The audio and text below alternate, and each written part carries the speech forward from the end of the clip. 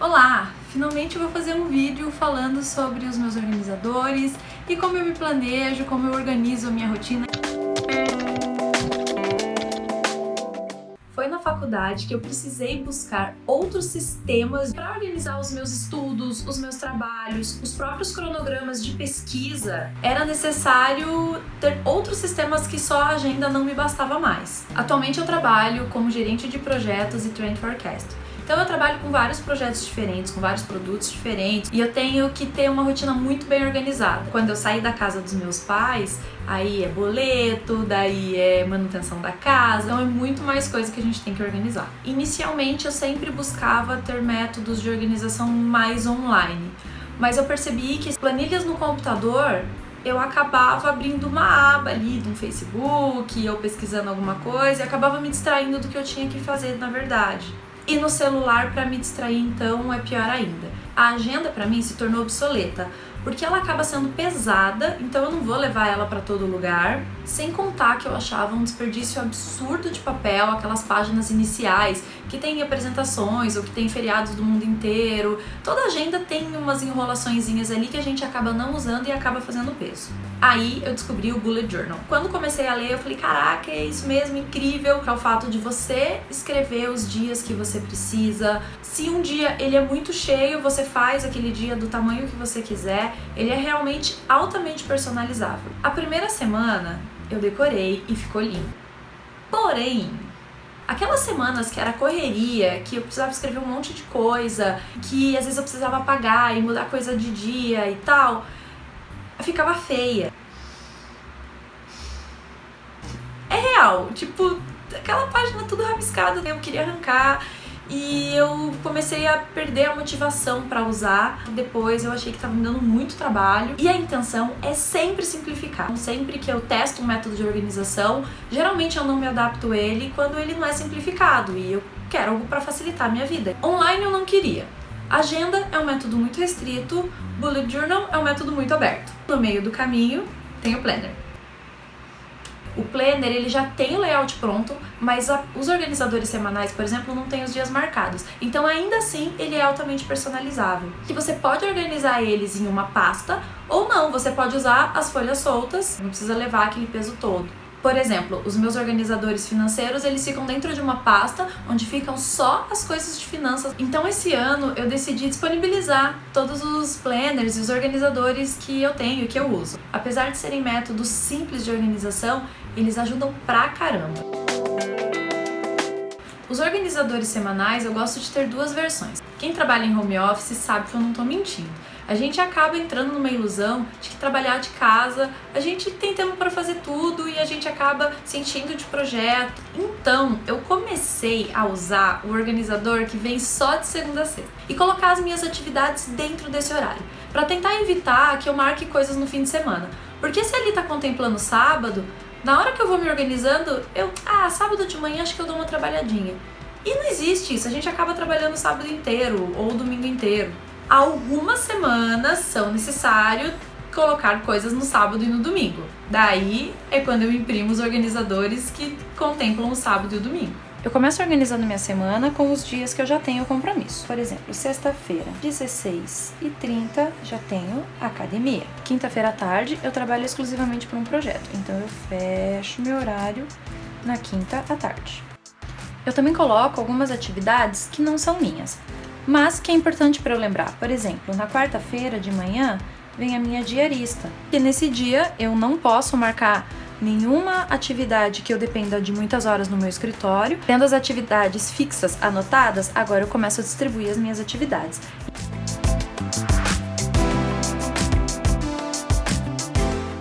Nessas áreas extras, eu gosto de escrever ou atividades para a semana que vem, ou e-mails que eu preciso responder.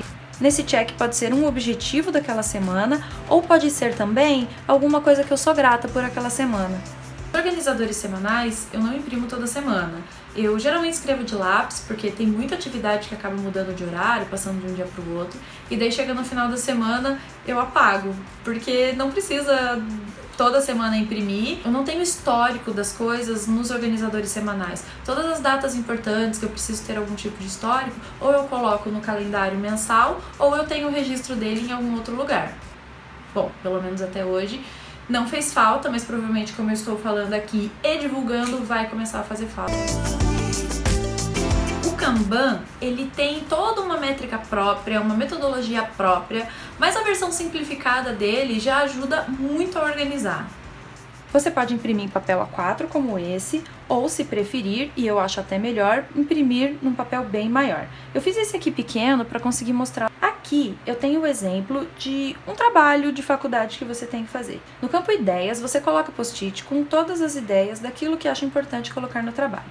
Então, nesse caso, nós temos uma pesquisa bibliográfica, um questionário online, uma entrevista pessoalmente e também gráficos. No campo a fazer, são todas as ideias que você percebe que de fato têm que ser feitas. Eu sempre coloco de cima para baixo em ordem de prioridade. Então, por exemplo, uma pesquisa bibliográfica deve ser feita. Mas eu percebi, depois desse primeiro momento, que entrevista pessoalmente, ela dá muito trabalho e eu não vou ter esse tempo. Então, ela fica só no campo ideias. Porque vai que mais pra frente do projeto eu acabo percebendo que dá pra fazer. Aqui é importante mostrar também que algumas atividades elas acabam desmembrando quando elas saem do campo da ideia e vão para o campo a fazer. Por exemplo, a pesquisa bibliográfica. Ela pode ser desmembrada em duas atividades diferentes. Localizar bibliotecas que tenham os livros que a professora sugeriu e buscar artigos no Google Acadêmico. O questionário online também pode ser separado em outras atividades. Selecionar locais para divulgar o questionário e formular perguntas para o questionário online. Então, vamos supor que você hoje vai selecionar os locais para divulgar o questionário. O espaço do fazendo ele é propositalmente menor, porque eu entendo que você tem muitas coisas a fazer, mas dificilmente você estará fazendo mais de uma coisa ao mesmo tempo. E também pra gente não cair daquela pegadinha de querer colocar tudo aqui no campo do fazendo, quando na verdade a gente não tá fazendo tanta coisa. E vamos supor que eu preciso da autorização da minha professora ou do ok dela que esses locais são ideais. Eu mando para ela a lista, essa atividade vem pro aguardando. A minha professora responde que esses locais do questionário estão aprovados, a atividade vai para feito. E eu mando para minha professora as perguntas do questionário online para ela aprovar. Nesse meio tempo, eu consigo buscar os artigos no Google Acadêmico. Vamos supor que a professora pediu para alterar as perguntas do questionário online. Então, ele volta para o a fazer, porque nesse momento eu estou fazendo a busca do artigo no Google Acadêmico. Eu vou reformular as perguntas do questionário online e depois pedir aprovação para a professora. Nesse momento em que ela foi aprovada, eu coloco no campo feito. Também existe um outro jeito de usar o Kanban. No exemplo que eu vou dar agora, é como se você tivesse uma loja online, todos os produtos têm o mesmo fluxo, mas eles não acontecem ao mesmo tempo. Então, por exemplo, o produto azul, eu preciso fotografar, eu preciso editar, eu preciso cadastrar no meu site e eu preciso divulgar que esse produto está no site. E a mesma coisa para o produto rosa. Então, primeiramente, você tem que fotografar todos os produtos. E vamos supor que o produto azul tem um prazo para lançamento menor do que o outro produto. Vamos supor que quem faz a fotografia do produto da sua marca, na verdade, é terceirizado. Então, ele é algo a fazer, mas não necessariamente você que fará. Quando você contratar o fotógrafo, você já pode colocar que você está aguardando a fotografia. O fotógrafo fez as fotos e você aprovou, você coloca que o fotógrafo está editando, mas as fotos do produto rosa, nesse nosso exemplo, ainda não estão prontas. Quando o fotógrafo editou e você já aprovou, a edição já está feita, mas o cadastro do produto é seu. E no caso do produto rosa, apesar de seguir os mesmos passos, ele está em momento diferente. O que separa os produtos não é exatamente o cartão, mas sim a cor do cartão. Você sabe que o produto azul está muito mais adiantado no processo dele do que o produto rosa. O mais legal do Kanban é que você pode usar esse método do jeito que você achar melhor. Você pode separar as cores por pessoas, você pode separar por projetos, ou pode colocar tudo numa cor só e ir mudando a cor do cartão conforme a urgência. Um bom aplicativo online de Kanban é o Trello. Na verdade, o Trello você pode adaptar e usar de várias formas, mas a ideia primordial dele com certeza foi inspirada no Kanban. Eu já utilizei e utilizo muito o Trello quando eu trabalho em projetos maiores e com outras pessoas na equipe, principalmente quando parte da equipe trabalha remoto. Se vocês quiserem, eu posso até fazer um vídeo especificamente sobre Trello, porque eu acho que vale a pena. Os calendários, eu gosto de imprimir a versão mensal deles, que nem tem esses aqui na minha parede. Eu mesclo o online com o calendário de parede. Então, compromissos que eu tenho hora marcada, tipo médico, o lançamento de algum produto ou viagens, eu sempre coloco no calendário de parede, mas eu também coloco no meu celular. Porque às vezes eu tô no meio da rua e eu preciso saber se em tal data eu tenho algum compromisso ou se eu posso marcar alguma coisa. Eu preciso ter essa agenda na minha mão, mas de verdade eu raramente olho pro calendário do celular.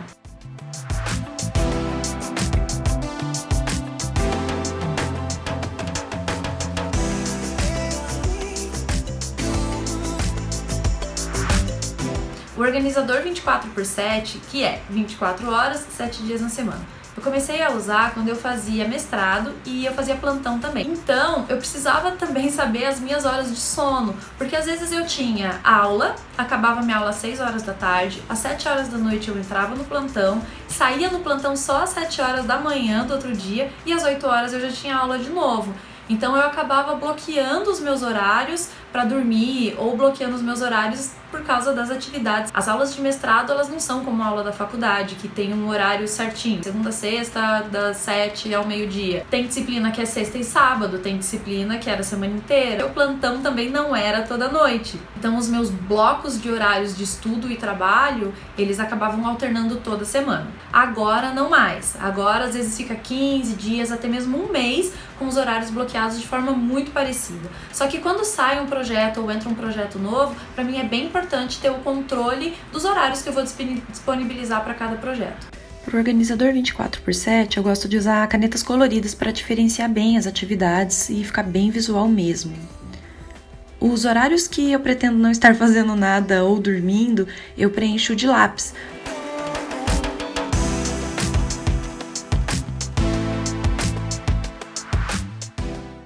Quando você estiver preenchendo o seu organizador, considere o período de tempo de deslocamento, considere intervalos para suas refeições e também o tempo que você tem para se arrumar entre uma atividade e outra.